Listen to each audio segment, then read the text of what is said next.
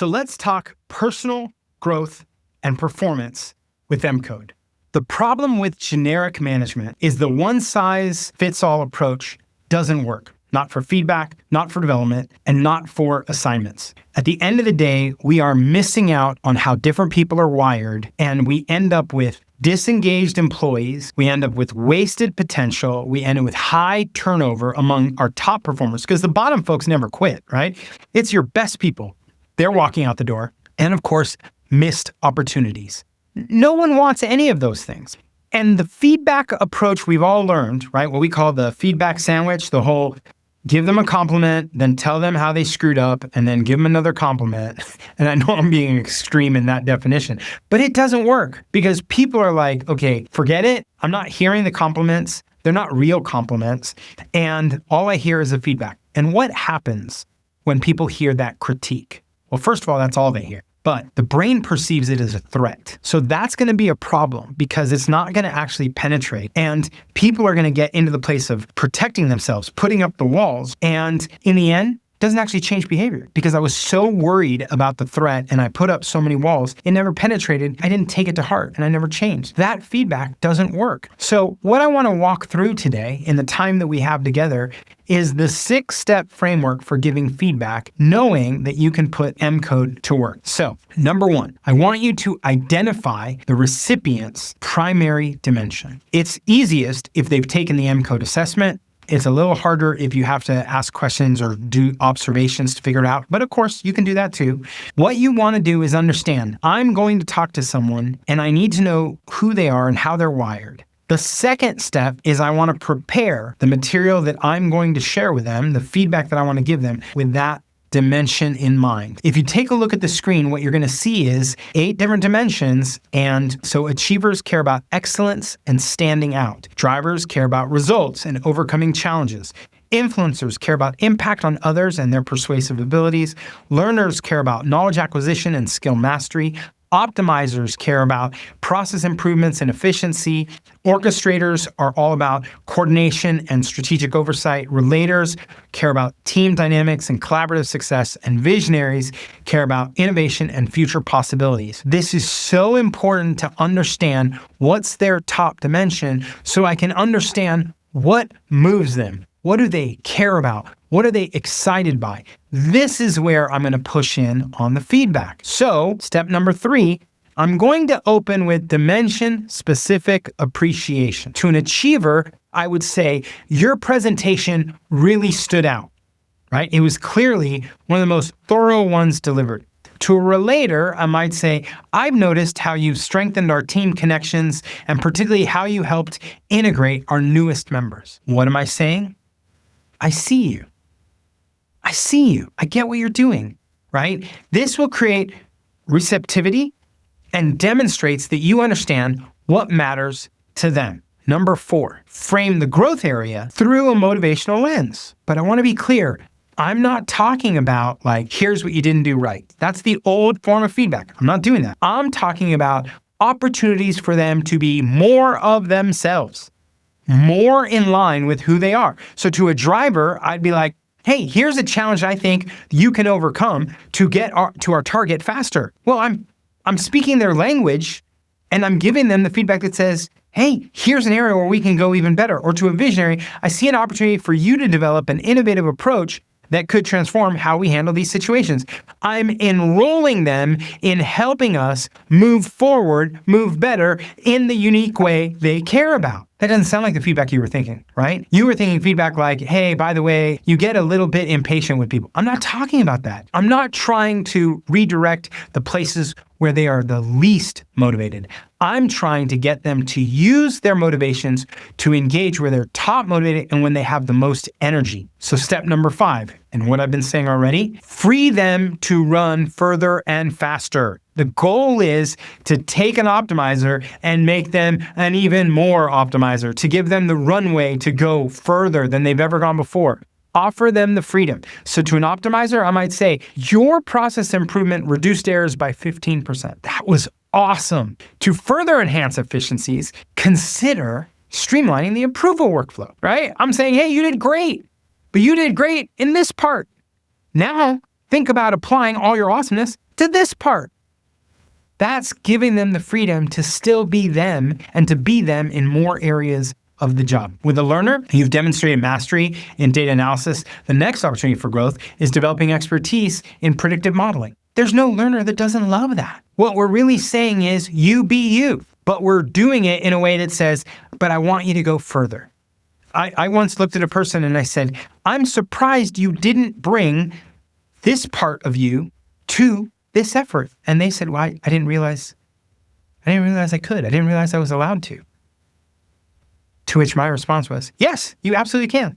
Go for it. What they needed was permission to run further and to run faster. And the sixth step is close with motivationally aligned support. And by expressing your support that reinforces their dimension. So for an orchestrator, I'm here to help you coordinate these pieces into an even more effective system. Or to an influencer, I'm excited to see how your approach will impact the broader organization.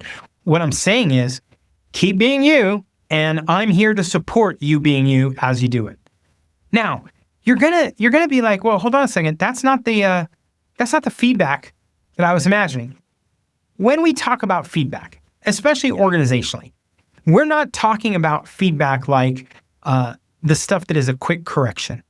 So if there was a conflict in a meeting, you don't want to wait to the end of the quarter to talk about, hey, that was not very helpful. That was not very respectful. You want to do it 2 minutes after, right? You want to pull them out. Hey, can I see you for a second? Let's go into my office and let's talk about, hey, I understand that you might have been feeling this, but there was a lot of impatience in that, and that statement could have hurt that. Oh, that wasn't what I intended. Right, I understand. I'm not talking about that feedback, though that's important. I'm talking about the feedback that you do on a quarterly basis, semi-annually or annually. And in that feedback, what you want is to make sure that you are giving people targeted language that allows them to know that you see them and to give them the runway to run further and faster than before. And the upside of doing that is that it makes the other kind of feedback much, much more powerful and much easier to do. Let me explain what I'm saying. When you do what I'm describing, when we're talking about that kind of feedback, you're creating psychological safety and belonging. The very nature of me saying, I see you, I get how you're wired, I get how you do things. Even if I do it differently, I get you and why you're so good at that.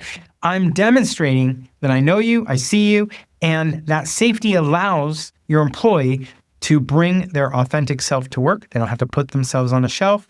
They can take risks without fear of judgment. They can contribute their unique experience, and they will bring a whole bunch of energy to that team and to that effort. Psychological safety is incredibly powerful. They feel safe. They also, feel aligned with the purpose.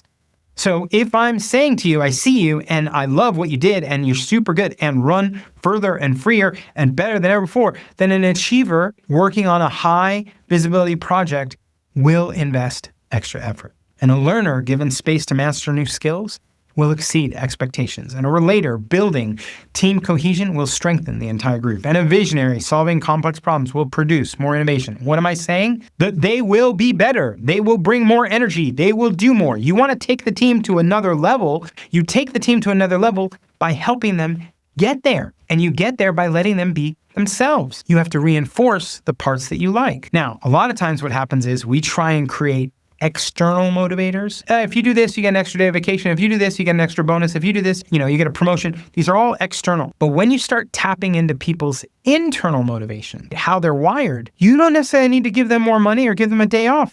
You just give them more freedom to be themselves because you see them. And you will watch how that kind of feedback builds better and deeper trust and allows them to accelerate. It allows them to move further. Everybody starts leveling up. So then when you have that trust and then you go back and you say, hey, in that one meeting, there was a little more impatience than I wanted to see, right? And they go, my bad, I'm on it. They don't feel like, oh, but the rest of my job's in jeopardy, because every bit of what you've been doing has been creating that safety and that recognition, that ability to see them. Here's a bottom line question. Do you want compliance or do you want engagement? If you're constantly just with the stick on the knuckles like, hey, don't do that, and hey, don't do that, hey, don't do that, they will find a way to stay compliant. Not gonna get you a high-performing team, I'll tell you that right now. To get a high-performing team, you need engagement. So a driver will respond to a challenge, not a correction. An optimizer will welcome a process improvement, not finding fault. A visionary will be inspired by possibilities, not by constraints or limitations. An achiever is going to be motivated by excellence, not just stay in your lane and stay adequate. The shift from compliance to engagement is transformative when it comes to performance. So let's end by talking about career growth. When you're selecting growth opportunities, one of the things I want to encourage is that you match the challenge that you're going to put in front of someone with their natural motivation, their top dimension, right? So select opportunities that naturally energize them. That's going to be huge. Also, I want you to stretch them without breaking. So I'm asking you to go deeper in their top dimension or in their secondary, but not go over to their worst one and be like, you got to get better at this worst one, right? You will demotivate, and eventually they'll walk out the door. Like, I'm sorry, you're trying to fix me. And first of all, I didn't come here to be parented. And second of all, this job now sucks and I'm out. So stretch, move from top one to the second, maybe the third, but not let's jump to the areas that you're not great and try and force you to do that. Also, frame the opportunity properly, right? Present the growth initiative in language that matches who they are. So for a driver, right, this challenge will test your ability to overcome obstacles quickly. They're like, oh yeah, great. I love it. I love doing that. It's so different when someone gives you a challenge but uses your language versus using their own language, because then you feel like you're against me, right? If you use your own language, then I feel like you're against me. You're waiting for me to fail. But when you use my language, then I feel like, oh, you're on my team. And you're creating the opportunity for me to grow and succeed. And then, of course, there's linking to meaningful metrics. If you don't have metrics for the new growth opportunity, make them, but make them in line with that dimension. The more you do that, right, the better off they're going to feel about, oh yeah, I'm getting this. If you're working with an achiever to get to the next level, make sure you have ways of recognition, right? Because they don't want to just turn something in and then you wait 2 weeks before you go, hey, just want to let you know I got it. That's not going to work for an achiever. And connect the growth opportunities with larger purpose, right? That's just a no-brainer, right? Help them see themselves as part of the bigger story. So when we're talking about driving growth and performance with our staff, with our people, right? I want you to take a look at this 5-step process that should help you. Number 1, observe before you give them feedback or direction. Number 2, ask dimension-revealing questions, right? Hey, what part of this project was most satisfying? You're going to get them talking about the stuff they love most, and it's just a great way to connect over this. Number 3, experiment with different approaches. So try different kinds of feedback with different kinds of dimensions so that you develop capacity, but also you see what works and what doesn't. Number 4, frame new assignments in multiple ways. We've talked about that. We have that in one of our webinars. We talk about when you're building a team and you're hiring people, how to all go to the same destination, but with different routes. And you want to frame assignments that same way. And then celebrate in dimension-aligned ways. Not everybody wants recognition the same way. For an achiever, you might want to bring them up on a stage.